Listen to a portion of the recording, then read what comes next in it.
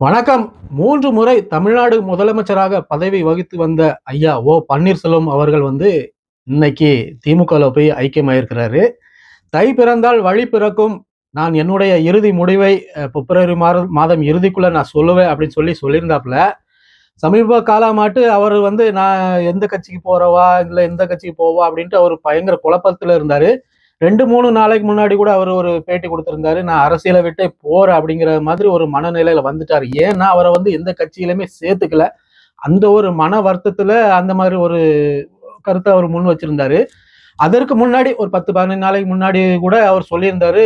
பத்திரிகையாளர் கேட்டப்போ, நீங்க அதிமுகவில் இணைவதற்கு வாய்ப்பு இருக்குதா அப்படின்னு கேட்டிருந்தாங்க. அதற்கு அவர் என்ன சொல்லியிருந்தாரு அப்படின்னா, நான் ரெடி தான். டிடிவி தினகரன் அவரை வச்சு பேசி என்ன அழைத்தால் நான் போவதற்கு ரெடி அப்படிங்கிற மாதிரி தான் சொல்லியிருந்தாரு. அதற்கு எடப்பாடி பழனிசாமி ஐயா அவர்கள் என்ன சொல்லியிருந்தாரு அப்படின்னா, அது சாத்தியம் இல்ல. இது என்னுடைய தனிப்பட்ட முறையில நான் இந்த முடிவை எடுக்க முடியாது. கட்சியில பொதுக்குழு கூட்டி அனைத்து உறுப்பினர்களும் ஒரு முடிவு எடுத்து நம்ம ஐயா ஓ பன்னீர்செல்வம் அவர்களை நீக்கி வச்சிருக்காங்க. அதனால நான் இதை முடிவு எடுக்க முடியாது. இது சாத்தியமில்லை. அவர் வர சாத்தியமில்லை அப்படின்னு சொல்லிட்டாரு. இந்த விரக்தியில தான் ஐயா ஓ பன்னீர்செல்வம் அவர் நான் அரசியலை விட்டு போறேன் அப்படின்னு 2 நாளைக்கு முன்னாடி வரை அவர் சொல்லியிருந்தாரு. இப்போ இன்னைக்கு திமுகவில் போய் அவர் சேர்ந்திருக்கிறாரு.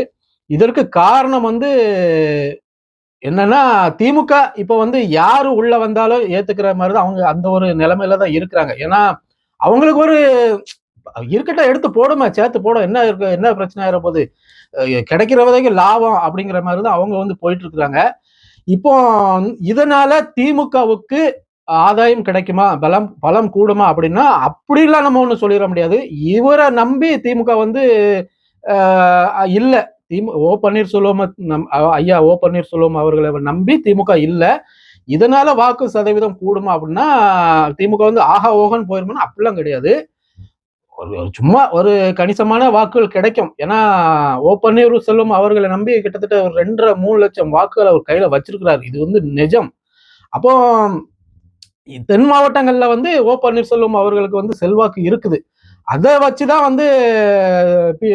அதிமுக நயினார் நாகேந்திரன் உள்ள எடுத்து வச்சிருந்தாங்க. இப்போ பிரச்சனை என்னன்னா, தென் மாவட்டங்கள்ல அதிமுகவுக்கு வாக்குகள் வரணும். ஒரு குறிப்பிட்ட சாதி சமூகத்தை சேர்ந்தவர்களுடைய வாக்குகளை எடுக்கணும். அதனாலதான் அண்ணாமலை அவர்களை ஒதுக்கி வச்சுட்டு இந்த தேர்தலுக்காகவே நயினார் நாகேந்திரன் அவர்களை உள்ள கொண்டு வந்திருக்கிறாங்க. இதுதான் நிஜம். பிஜேபியில இருந்து ஓ பன்னீர்செல்வம் அவர்களை உள்ள எடுக்கிறதுக்கு தான் ஒரு வழியை வச்சிருந்தாங்க. அப்படிதான் அவங்களுடைய எண்ணமும் இருந்தது. ஆனா எடப்பாடி பழனிசாமி அவர்களுடைய அந்த ஈகோ, அந்த போட்டி பொறாமை இருக்கு இல்லையா, அந்த பொறாமையின் காரணமாக தான் ஓ பன்னீர்செல்வம் அவர்களை ஒதுக்கி வச்சுட்டு நயினார் நாகேந்திரன் அவர்களை உள்ள கொண்டு வந்தது. பிஜேபி நம்ம அண்ணாமலை அவர்களை தேர்தலுக்கு பிறகு உள்ள எடுத்துப்பாங்க.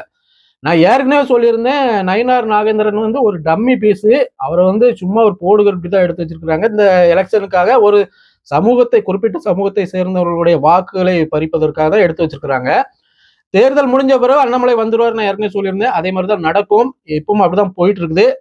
நான் டம்மி பீஸ்ன்னு சொன்னேன், அதே மாதிரி அவரு ஒரு தேவையான வேலையை செய்திருந்தார் நயினார் நாகேந்திரன் அவர்கள். குறிப்பா சொல்ல போனா சமீபத்துல மேடம் திரிசா அவர்களை விமர்சித்தாப்புல. அதற்கு அவரு நான் தெரியாம பேசிட்டேன் அப்படின்னு வேற பேசி அது பல சர்ச்சைகளை ஏற்படுத்தியது. இதுதான் தேவையில்லாத வேலைகள் இந்த மாதிரி செய்யறது. அதனாலதான் நான் டம்மி பேசி நயினார் நாகேந்திரன் ஒரு பிரயோஜனம் கிடையாது அப்படின்னு நான் சொல்லியிருந்தது. ஆனா அதிமுக எடப்பாடி பழனிசாமி ஐயா அவர்கள் நயினார் நாகேந்திரன் இருக்கிறதுனால தென் மாவட்டங்களில் ஒரு குறிப்பிட்ட சாதியை சேர்ந்தவர்களுடைய வாக்கு கிடைக்கும் அப்படின்னு நினைச்சிருந்தாப்புல. இப்போ ஓ பன்னீர்செல்வம் அவர்கள் திமுகவில் போனதுனால அடிதான். அதிமுகவுக்கு அந்த ஒரு குறிப்பிட்ட சமுதாயத்தை சேர்ந்தவர்களுடைய வாக்குகள் அடிபடும். அதிமுகவுக்கு போகாது, ஓ பன்னீர்செல்வம் அவர்களுக்கு தான் கிடைக்கும். டிடிவி தினகரன் அவர்களுக்கும் ஒரு செல்வாக்கு இருக்குது. ஒரு சமுதாயத்தை சேர்ந்தவர்களுக்கு உடைய வாக்குகள் இருக்குது. அது சென்னை மாவட்டங்கள்ல தான் எதிரொலிக்கும். தென் மாவட்டங்கள்ல டிடிவி தினகரன் அவர்களுக்கு எதிரொலிக்காது. அப்போ ஐயா ஓ பன்னீர்செல்வம் அவர்களுக்கு இப்போ ஒரு நிம்மதி பெருமூச்சு விட்டுட்டு இருப்பாரு. அப்பா எப்படியோ ஒரு கட்சியில போய் சேர்ந்தோமப்பா அப்படிங்கிற மாதிரி அவர் நிம்மதி பெருமூச்சு விட்டுட்டு இருப்பாரு. இப்ப இனி தீவிரமா அவர் ஓ பன்னீர்செல்வம் அவர்கள் செயல்படுவாரு. திமுகவுக்கு ஆதரவாக தான் அவர் பயங்கரமா செயல்படுவாரு. தென் மாவட்டங்கள்ல இருக்கக்கூடிய அவருடைய சமுதாயத்தை சேர்ந்த மக்களுடைய வாக்குகளை அவர் கண்டிப்பா கொண்டு வருவார். திமுக பக்கம் தான் கொண்டு வருவாரு. இது வந்து அண்ணா திமுகவுக்கு பெருத்த அடிதான் நம்ம சொல்ல முடியும். நயினார் நாகேந்திரன் அவர்களை அடக்கி அடித்துதான் ஓ பன்னீர்செல்வம் அவர்கள் வந்து மேல வருவாங்க. இதுதான் வந்து நிஜம். இவங்க வந்து தப்பு கணக்கு போட்டாங்க. இதுக்கு முழு காரணம் வந்து அதிமுக எடப்பாடி பழனிசாமி அவர்களுடைய ஈகோ தான். எடப்பாடி பழனிசாமி ஐயா அவர்களுடைய ஈகோ வந்து இந்த தேர்தல் களத்துல 2026 அவர் காட்டாம அவங்க ஏற்கனவே இருந்த பழைய ஆட்களை ஒண்ணு திரட்டி, அதாவது டிடிவி இப்போ ஒண்ணு வச்சிருக்காரு, சரி ஓகே, ஓ பன்னீர்செல்வத்தையும் அவர் சேர்த்து, சசிகலா மேடம் அவர்களையும் சேர்த்து, இப்படி அவருடைய பழைய ஆட்கள் எல்லாருமே ஒண்ணு சேர்த்து அவங்க வந்து தனியா நின்று இருந்தாங்கன்னா அவங்க வந்து பயங்கர பலத்தோட தான் இருப்பாங்க. பிஜேபி உள்ள சேர்க்காம இருந்திருந்தாங்கன்னா இன்னும் பலமா இருந்திருப்பாங்க. மாறாக அவர் வந்து ஒரு போட்டி பொறாமை, ஈகோ பொறாமைனால எடப்பாடி ஐயா வந்து இப்படி ஒரு முடிவு எடுத்திருக்கிறாரு. இது வந்து தென் மாவட்டங்கள்ல வந்து பெரும் பாதிப்பை அதிமுக அவர்களுக்கு கொடுக்கும். இது வந்து நிஜம். ஓ பன்னீர்செல்வம் அவர்கள் வந்து இப்போ தப்பிச்சிட்டாரு அப்படின்னு நம்ம சொல்லலாம். தப்பிச்சிட்டாருன்னா அவருடைய அரசியல் வாழ்க்கையில இருந்து அவர் தப்பிச்சிட்டாரு. பார்ப்போம் இனி அடுத்தல என்னெல்லாம் நடக்குதுன்னு அப்படிங்கிறத பத்தி வரக்கூடிய நாட்கள்ல பார்ப்போம். மீண்டும் ஒரு காணொலியில சந்திக்கலாம். நன்றி, வணக்கம்.